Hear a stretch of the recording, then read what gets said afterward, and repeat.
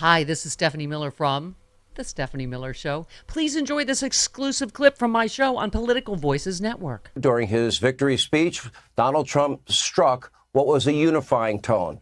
But apparently, according to part-time make-believe journalists and full-time left-wing hate Trump conspiracy theorists like radical Rachel Maddow, well, Trump's speech was too dangerous for the fragile ears of NBC's loyal viewers. They didn't take any of the speech live. Instead, no, Miss Maddow was lecturing Americans about truth and integrity.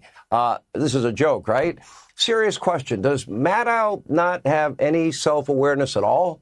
No one in the media mob has peddled more lies, more conspiracy theories than Rachel Maddow. All right, listen. Let's talk.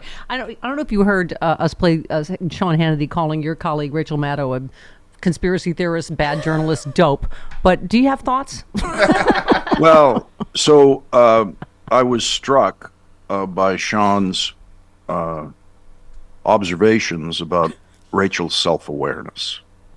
From the least self-aware person in the history of the use of microphones, Sean Hannity. Look, I don't know. I mean, that's his business. That's what he has to do. The one thing I would want to do for him is just note she doesn't really pronounce the W. It's Maddow, Exactly.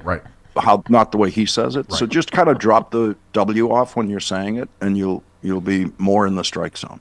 There you go. So, Lawrence, But I mean, let me just say, as long as we're on the subject, and she is my office mate, and we share a wall. She's on the other side of my wall, okay? And and I'm so deeply respectful of her process that I have to be like a little mouse when she's in her office, and every once in a while I will forget that, and then in the middle of loud talking realize, wait, the great one is working silently in the room next to me. I have to shut up. She's Thank God you didn't work next to Edison. What are you doing up there? Oh, now I was about to invent electricity. Now, okay. Yeah, but she's one of those people who backstage is just even greater than on stage, Yeah. and I just love her so much. I don't even know how to say it. I take total credit for her success, Lawrence. We started in radio together, and she used to host the town halls that all of us hosts would do, and she used to moderate, and she used to have cards with questions from the audience, and she was like in Seattle once. The question I'm getting the most is, will Stephanie sign my ass after this? So I credit that moment with her going, I got to get the F out of here. I am better than this. You made her ready for anything. Yes. Yeah. Stephanie, and thank you for ending this long dark night of you ghosting me for what is now. I don't know. It's years. I have lifted the Never Lawrence moratorium on this show. Let me begin by thanking you for the tweet that I'm looking at right now that I'm going to press the button and retweet because you're announcing me on your show. You've been kind enough to use a photograph that looks, probably at least as old as the last time I was on the show, which is very kind. It's a few years old. That photograph came from msnbc.com, your bio page. Listen, mister. Yeah, all right. Yeah, well, I don't let them use anything, this decade. I have seen you and sexually molested you at my house in the last couple of years, and you need no filter, sir. Can I just say? Well, what I do need, as your viewers can see, and I'm so not used to viewers on radio, but for your viewers can see what was a little black box of me, because what is it? It's 10:30 here Yes. in New York, and my makeup crew works very late at night, and They're not up yet. they would have had to come in at 5 this morning to get me ready. It's longer than Bradley Cooper for Maestro. Yeah. All right, Lawrence. I mentioned on the show how I got this booking, the time-honored Hollywood tradition of sucking up. I emailed you about a month ago because I finally finished watching the entire The West Wing, and I said, I wrote you and I said I knew you were a fantastic journalist and anchor and executive producer and writer, but I did not know you were such a good actor because you are so cuddly in person, and you play a complete bastard person as baby Jed Bartlett's father. And I was like, you were so convincing as a giant bag of D's that I had to write you and tell you. Yeah, well,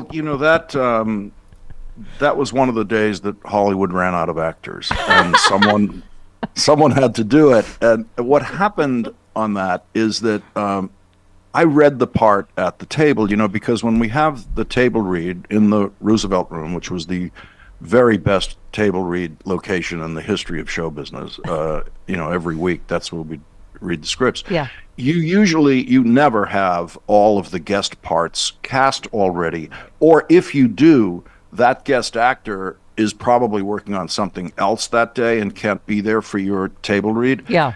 All of the actors who you own, who the show owns, they're all going to be there. Right. And so Aaron Sorkin, who wrote that, asked me to read the father, the flashback to Jed Bartlett's father when Jed Bartlett's in high school. And so I hope 20 years later, this is not, I'm not going to ruin it for too many people.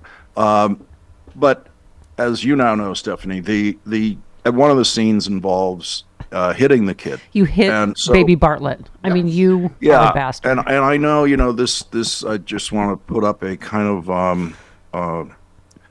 I don't know what they call it, this alert that you have to tell people that you're going to say something that could be... Oh, spoiler alert. Yeah. Well, deeply disturbing. But yeah. So this father, as written in this script, would have been the nicest father in my neighborhood in Boston when I was growing up. Because if you rerun it, you'll see he only hits the kid once. Now, that was unheard of, okay? That was just Thursday in Boston. Yeah, by the disciplinarian fathers in my neighborhood, many of whom were cops, like my father was. And, that kid, man, he just would have gotten off so easy. And so, I didn't do anything, as you shouldn't, as an actor at the table read. I just kind of,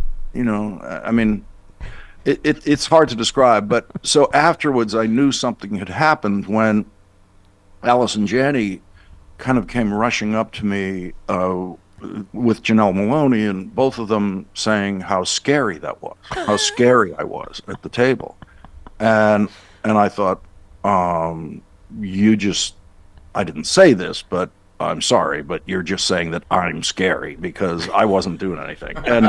And the other thing that happened is that the director leaned into Aaron and said, that's what we want, meaning whatever I was doing was what they wanted in that character. So they then went out and made offers to Mark Harmon and 4 other actors, all of whom wanted to do it. They couldn't do it because of scheduling. Mark came into the show later as a Secret Service agent for a while. Yes. But they couldn't do it because of scheduling. It was a day of shooting in Washington. There was a couple of days of shooting at the Warner Brothers lot 2 weeks later in L.A. And so Tommy Schlamme, the called me up the day before they were shooting in Washington for this part at like 11 a.m. and said, listen, if the next guy turns this down, you're gonna have to do it. And I, of course, at that point had the Washington flight schedule memorized from L.A. I got a hosting job once like that, Lawrence. The producer actually later told me I was actually the last person on the list. Yeah, no, and by the way, that's what I want to be. I don't want to take a job away from actors who need the SAG health insurance. And so I was on the 4:00 flight to Washington, and I was standing up there doing the part the next day, and I was in that great position of, hey, this wasn't my idea. Okay. So if this is a disaster, okay, and if you just have to keep the camera off me the whole time, it wasn't my idea. I did not ask to do this. Terrifying. And because when I think of you, the word that comes to mind is cuddly. And you were just terrifying and horrible. All right. So let's move on. By the way, if we have 30 seconds for life advice, it's the most specialized life advice I have. And it's just for screenwriters. Well, actually, it's for directors writers too, and maybe for everybody in show business. Yes. The only advice I have for television writers or screenwriters is take acting classes. Yeah. Because as a friend of mine said, when I was moving to New York, I'd written a book, and then I was moving to New York, and from Boston, and I wanted to get into writing for performance.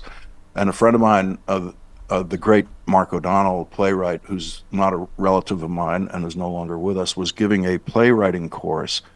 And I said, I want to take your playwriting course. And he said, oh, no, you don't need that. You know how to write. Take an acting class, because if you don't, you will be trying to write music without ever having touched an instrument. Exactly. Oh, very good, Mr. O'Donnell. That's the end of the life All right. advice. You are my favorite carbon-based life form.